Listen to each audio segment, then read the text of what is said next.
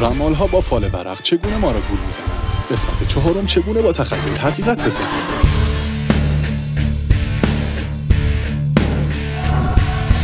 در این قسمت از مستند به دنیای فالگیری برای آقایون میان سال قدم میذاریم و یاد میگیرید فالگیرها چطور با استفاده از ورقها و سوالات بظاهر ساده اعتماد مشتریان سن بالا را جلب میکنند. یاد میگیرید چه تکنیک هایی برای پیشبینی مسائل کاری، خانوادگی و حتی مالی استفاده میشه. خانم فالگیر توضیح میده که چگونه در فالها افراد و روابط اونها رو بازتاب میده، مثل روابط پنهانی یا مسائل مالی. همینطور توضیح میده که چگونه از نشونه‌ها در کارت‌ها برای پیشبینی رویدادها یا حل مشکلات استفاده میکنه و اینکه همیشه لازم نیست همه چیز رو بگه، بلکه بهتره طرف مقابل خودش به سوال برسه. همچنین درباره مسائلی مانند بیماری یکی از اقوام یا کمک مالی توسط افراد نزدیک صحبت میکنه. در این قسمت نگاهی دقیق به ترفندهای فالگیرها داریم و میبینیم چگونه از اطلاعات بسیار کوچیک داستانهای بزرگی میسازند و در هدایت مکالمه ازشون استفاده میکنند. در نهایت خانم فالگیر تأکید میکنه که باید اطلاعات به صورت تدریجی و کنترل شده به طرف مقابل ارائه بشه. منتظر باشید تا با افشای رازهایی که تا کنون هرگز درباره اونا چیزی نشنیدید ذهن شما رو روشن کنید. شعبده راز تقدیم می‌کند برای یک آقای میان سال.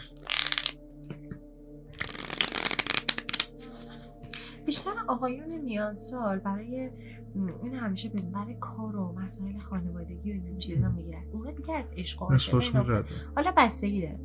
مثلا تو فال یه خانومی میفته که مثلا پدرش با یه زن دیگه است یا مادرش با یه مرد دیگه است. خب حالا اون شخص اگه کسی توی زندگیش باشه تو فال ما میفته. اگه توی جمع بودی هیچ وقت بهش نگو. ولی اگه تنها بودی من همیشه میگم مثلا فال میخوام بگیرم، میخواد جدا برات فال بگیرم. طرف اگه چیز داشته باشه میگه خب جدا برام بگیر.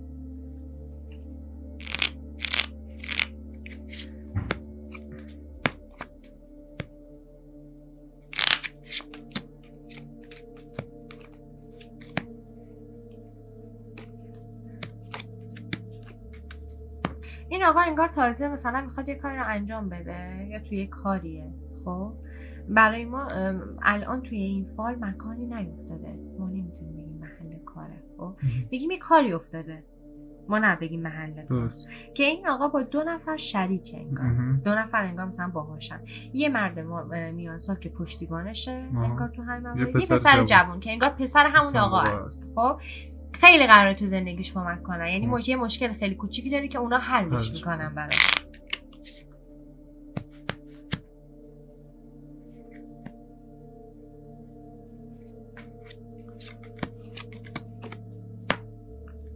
اون پسر جوانه که بود اینجا میشه این همون.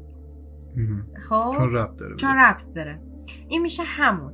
این پسر جوان با از طریق اون پوله انگار یه پولی رو بهش میده، انگار مشکل مالیه. خب اون پوله رو که بهش میده مشکلش حل میشه. پوله بهش میرسه. مثلا وسط فال طرف میگه حالا پوله میرسه، مثلا تو میگه آره میرسه. چون افتاده، واقعا برای ما هم افتاده که میرسه. یکی از اقوامشون یه مریضی داره، وخیم هم هست ولی خب خوب میشه. انگار همه مشکلاتش و زن اون که اقوامشون یا نه؟ زنه.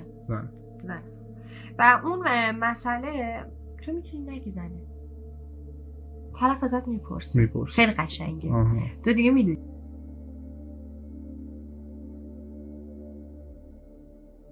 خب میپرسه ازت چیه؟ تا 6 وعده دیگه. حالا چرا ما میگیم 6 وعده دیگه؟ چون تو فال ما تو همین چند تا ورق 3 تا 6 برای من افتاد. 6 وعده دیگه مشکلش حل میشه. شما همیشه لازم نیست یه برگه یه دسته ورق و کامل برای طرف مقابلت بریزی. تا هر جایی که فکر میکنی. گفتی. تا جایی که یارو خیالش دیگه راحته. خب تو فکر یه آقا خانومیه، انگار میخوان اونا براش کاری بکنن. خب نمیکنن. انگار یه پسری سبزرویی داره جلوی این کارو میبنده. خب اینجا دیگه این معنی کار میده. چون خواهد نیت کاری بود.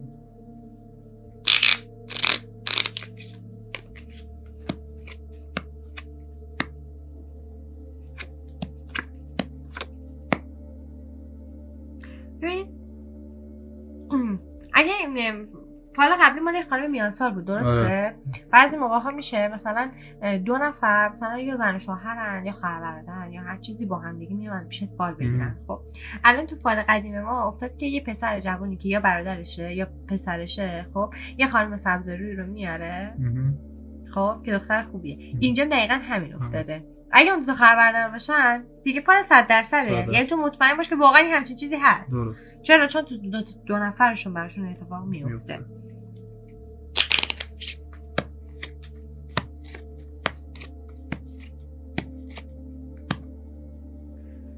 تو فکر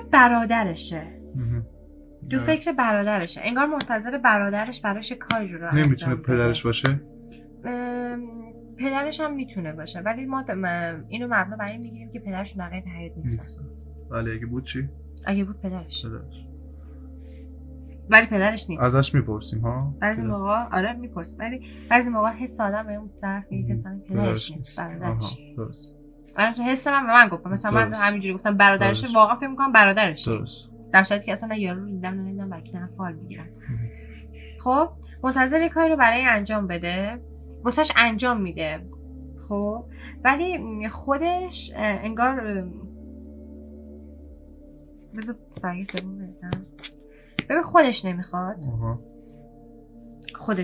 انگار دو دل نیست چون کنار هم نیفتاده جدا افتاده. ببین دو دل نیست انگار یه مشکلی یه خونه داره که انگار نمیتونه اونو بپذیره. درست. منتظرشه ها. درست. یعنی انگار نمیتونه بپذیره همش با خودش مثلا میگه نه میتونم بپذیرم نه نمیتونم بپذیرم. راجع به یه مسئله دو دل میشه ولی خوب نیست انجام نده. مشکلاتش همه میره یه ناراحتی میاد توی خونهشون ولی وسط پیکه میره. دوتا میره. بله.